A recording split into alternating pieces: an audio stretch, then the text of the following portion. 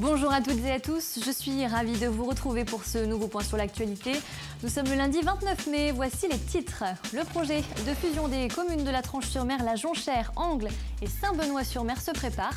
Pourtant, si les maires sont convaincus du bien fondé de cette fusion, du côté des habitants, on s'interroge.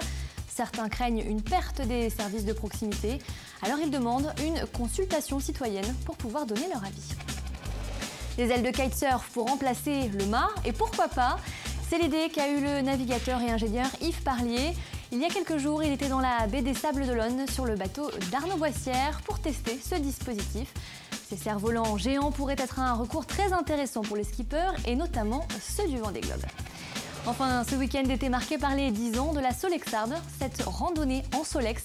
Ces petites mobylettes à pédales a rassemblé près de 200 personnes. Elles ont réalisé un parcours de 85 km en groupe et au ralenti, sous une pluie battante. Mais ça ne les a pas empêchés de profiter dans la convivialité, vous verrez. Les communes nouvelles se généralisent de plus en plus en France. Rien que dans notre département, 10 fusions de communes ont vu le jour depuis janvier 2016. D'autres projets sont d'ailleurs en cours, notamment du côté des Sables d'Olonne, mais aussi un peu plus au sud. Les maires de la Tranche-sur-Mer, d'Angles, de la Jonchère et de Saint-Benoît-sur-Mer y voient un intérêt certain, celui de la mutualisation des services.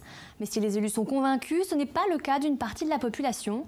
Ce samedi, une réunion était organisée par le comité de défense citoyen et de très nombreux habitants ont répondu présent. Explication de Samuel Grasset. Angles, la Jonchère, Saint-Benoît-sur-Mer et la Tranche-sur-Mer, ces 4 communes ont pour projet de se rapprocher. Un mariage qui donnerait naissance à une seule et même ville de 6500 habitants. Les premières discussions ont été lancées fin 2015 à l'initiative des élus. Objectif visé, rationaliser les moyens. Par exemple, à la Tranche-sur-Mer, ils ont un agent qui est en charge de la maîtrise d'œuvre de la voirie. C'est quelqu'un qui peut nous apporter des économies sur l'ensemble des communes. On n'a pas ça dans nos petites communes à nous. Parce que si Angles a quasiment la même population que la Tranche, on n'a pas les mêmes moyens. Mais ce rapprochement entre les 4 communes inquiète une partie des habitants. Dans cette salle, près de 200 personnes ont répondu à l'appel d'un collectif. Certaines s'interrogent sur le maintien des bureaux de poste et des casernes de pompiers ou encore sur l'évolution des impôts. On va repasser sur des mairies annexes, sur des suppressions de postes de la Poste.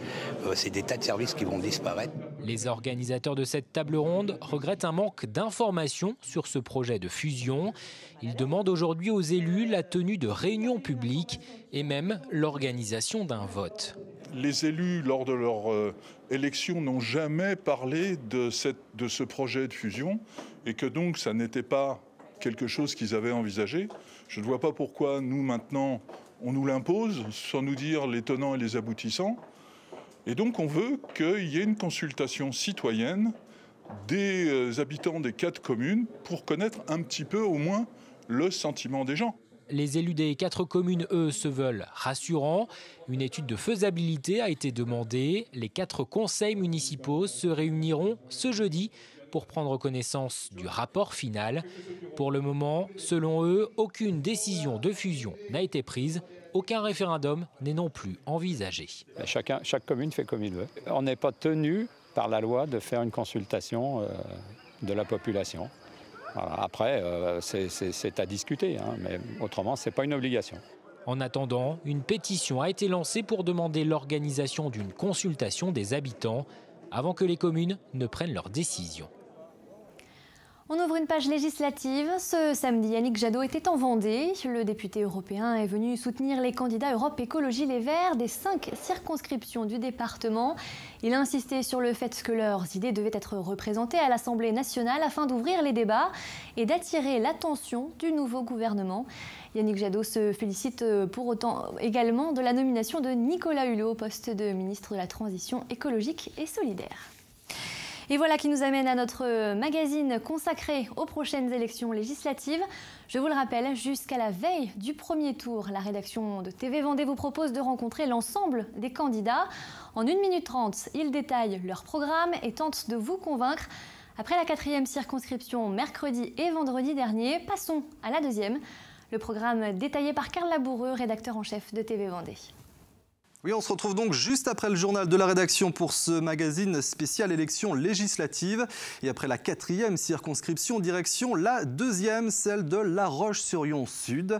12 candidats se présentent, vous allez les découvrir. Nous leur avons donné la parole aux candidats ou à leurs suppléants. Aujourd'hui, rencontre avec 5 d'entre eux dans l'ordre établi après tirage au sort à la préfecture.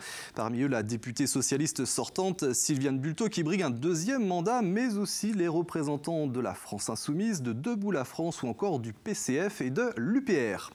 Et puis nous vous présenterons les 7 autres candidats en lice dans cette 2e circonscription de Vendée à partir de ce mardi soir. Après la politique, parlons d'économie. Il y a un an, la Fédération des parcs naturels régionaux de France lançait la marque Valeur Parc Naturel Régional. Une marque qui permet à des produits réalisés dans ces espaces protégés d'être mis en valeur. Pour l'obtenir, il faut répondre à certains critères comme l'ancrage territorial, la protection de l'environnement ou encore la dimension humaine de l'entreprise. Dans le Marais Poitevin, la savonnerie Champagne est la première à pouvoir utiliser cette marque. Avec ses savons au peuplier 100% bio, Sidonie Champagne s'inscrit totalement dans la démarche et d'autres produits locaux devraient suivre. Élodie Pépin. Voici la nouvelle marque créée par les parcs naturels régionaux. Une marque qui est depuis peu associée à ces savons à la sève de peuplier. Il y a un cahier des charges à respecter. Il faut que le maximum des ingrédients soient du Marais. Donc avec le savon à la sève de peuplier, en fait, il y a plus de 40% dedans de sève de peuplier, plus les huiles végétales, comme le tournesol qui vient aussi du Marais. Un ancrage territorial, l'une des conditions pour obtenir cette marque, mais pas que. Dans la charte également, il y a le respect de l'environnement. Sidonie Champagne, qui a lancé cette savonnerie il y a 5 ans, a toujours travaillé avec des produits bio. Ça me paraissait en fait tout à fait logique. On a des produits bio. Et puis voilà, dans l'idée de faire du savon à froid, c'est d'avoir que des matières naturelles et bio. Donc voilà, après on le coule en moule. En plus du respect de l'environnement et de l'ancrage local exigé par la marque, il y a un 3e volet, la dimension humaine. La marque récompense les savoir-faire et là encore Sidonie répondait à cette exigence. Avec son mari, ils ont décidé de commercialiser ce savon pour redonner au peuplier ses lettres de noblesse. Autrefois, il était utilisé contre les démangeaisons et l'eczéma. Mais aujourd'hui, le peuplier sert essentiellement à faire des cagettes. C'est très sous-évalué au niveau de sa valeur. C'est pour ça d'ailleurs que progressivement, la culture du peuplier tombe un peu en désuétude. Parce qu'on n'en fait pas grand-chose, alors qu'on pourrait vraiment le valoriser. On a des ingrédients très bien chez nous, la nature est généreuse partout. Donc on a des ingrédients très intéressants, même dans le Marais Poitevin. Je travaille avec des beurres solides, du karité et du coco. Il y a certains labels pour les avoir, il faut faire un chèque. Ici, c'est pas du tout ça. Il n'y a pas de question de chèque. Il y a par contre une question de bien remplir le cahier des charges et puis de suivre les valeurs des parcs. Première entreprise du Marais Poitevin à obtenir cette marque, la savonnerie Champagne devrait être rejointe prochainement par d'autres acteurs du territoire. 2 dossiers sont actuellement à l'étude, un producteur de viande et un apiculteur. On ouvre une page de sport. Les basketteuses de La Roche-sur-Yon ont enfin sacrées championnes de France de Ligue 2 féminine. Ce week-end, elles se sont imposées 71-66 face à Chartres lors de la Belle. Elles décrochent également leur montée en Ligue féminine, le plus haut niveau du championnat. Et pour tout savoir de cette victoire et de l'état d'esprit des filles, mais aussi de leur entraîneur Emmanuel Baudy, sachez qu'ils étaient les invités de 85 chronos ce lundi soir. Une émission à retrouver en replay sur notre site internet. En football, les filles de La Roche-sur-Yon ont remporté leur match contre Brest ce dimanche 7-1. Grâce à cette victoire, elles devraient intégrer la première division féminine l'année prochaine. Mais cette promotion fait surtout suite à une plainte déposée par le club lyonnais après avoir constaté des irrégularités concernant une joueuse du club de Lille, ancien premier du classement.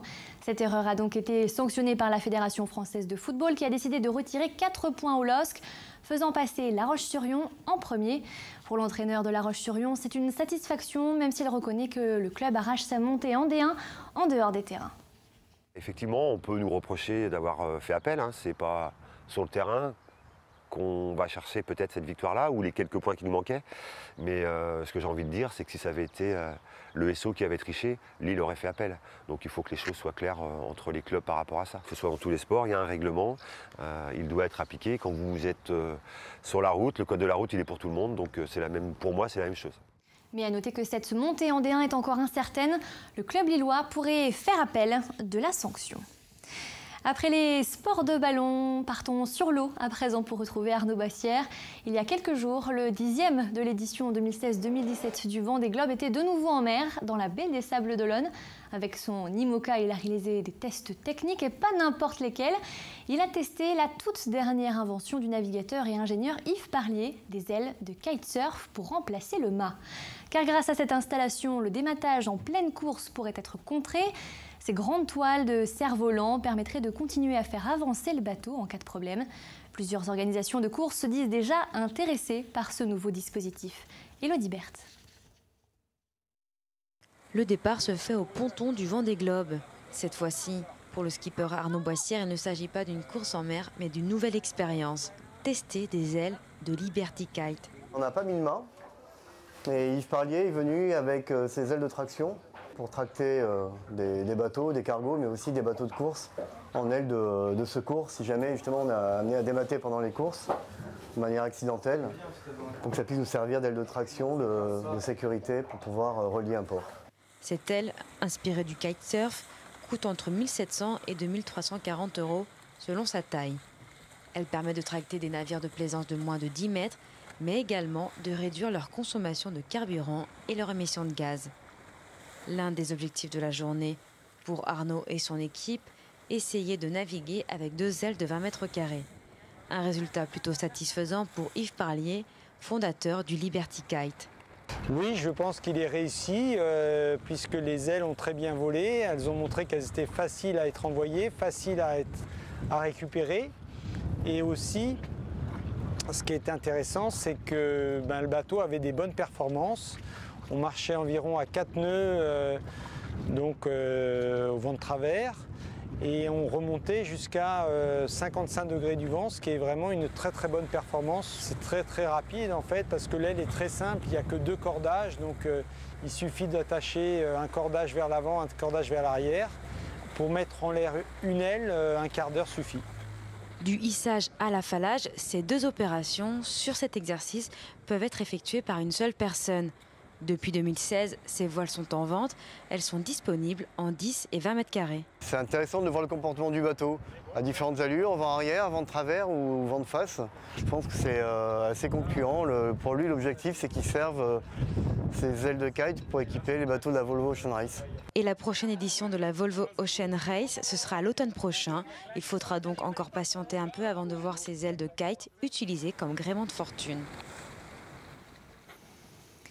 Depuis 10 ans, les passionnés de Solex, ces fameux petits vélos à moteur, se retrouvent à la même époque pour une randonnée dans le département. L'esprit est bon enfant puisque ce n'est ni une course de vitesse, ni une compétition, mais bien un moment de plaisir. Tous se sont retrouvés au Bourg-sous-la-Roche pour partir sous une pluie battante en direction d'Avrier. Et malgré cette météo peu clémente, plus d'une centaine de personnes étaient présentes. Le reportage d'Alix Lanos. À quelques minutes du départ et malgré la pluie, on teste son Solex une dernière fois, on bricole encore un peu si besoin et on met la dernière touche déco à son bolide. C'est le plus sympa quand même, ça permet de repérer les collègues. Ils sont près de 120 participants venus de toute la région et au-delà, partager ensemble leur amour du Solex. C'est de la mécanique assez simple, c'est de la balade, on est tous quasiment tous à la même vitesse, on peut causer pendant que ça roule, franchement c'est sympa quoi. Et ils vont pouvoir causer pendant 85 km le long du parcours de cette 10e édition de la Solexarde. Une randonnée tout en convivialité où tout est prévu pour que la balade se déroule dans les meilleures conditions. On prend quand même des routes qui ne sont pas trop passagères. On a 30 motos pour la sécurité, donc une voiture ouvreuse qui se trouve ici. Et puis donc des fourgons à l'arrière avec des Solex de rechange si des gens tombent en panne. Les moteurs commencent à vrombir. Il est temps de partir. Tous s'élancent direction Avrier, première étape du parcours. Et c'est sous le soleil que les Solexards y parviennent sans excès de vitesse. Alors, je suis passé devant un petit radar fixe et j'étais à 33 km/h.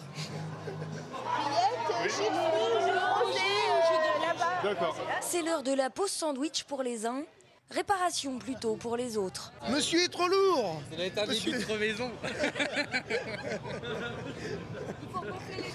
Ah oui, le gonflage a été fait, c'est bon, ça peut repartir. Tandis que Clément, 6 ans, certainement le plus jeune des participants, se détend les jambes avant de retourner dans son siège bricolé par papa. Alors Clément, t'es content toi? Oui. Très content. Il adore faire des petites sorties. Plus tard, quand il sera beaucoup plus grand, il aura son Solex aussi. Et oui, pour tous ceux qui sont venus ici aujourd'hui, le Solex, c'est une histoire de famille ou d'amis. En tout cas, une histoire à partager. Jetons un coup d'œil sur la météo de ce mardi. De la pluie en matinée est remplacée dans l'après-midi par du soleil. Quant aux températures, elles seront fraîches après la chaleur du week-end. Seulement 24 degrés au meilleur de la journée. Le bulletin météo de Fanny Poirier arrive tout de suite après ce journal. C'est la fin de cette édition. Merci de l'avoir suivi. Vous retrouverez Elodie Pépin pour le reste de la semaine. Belle soirée et à bientôt.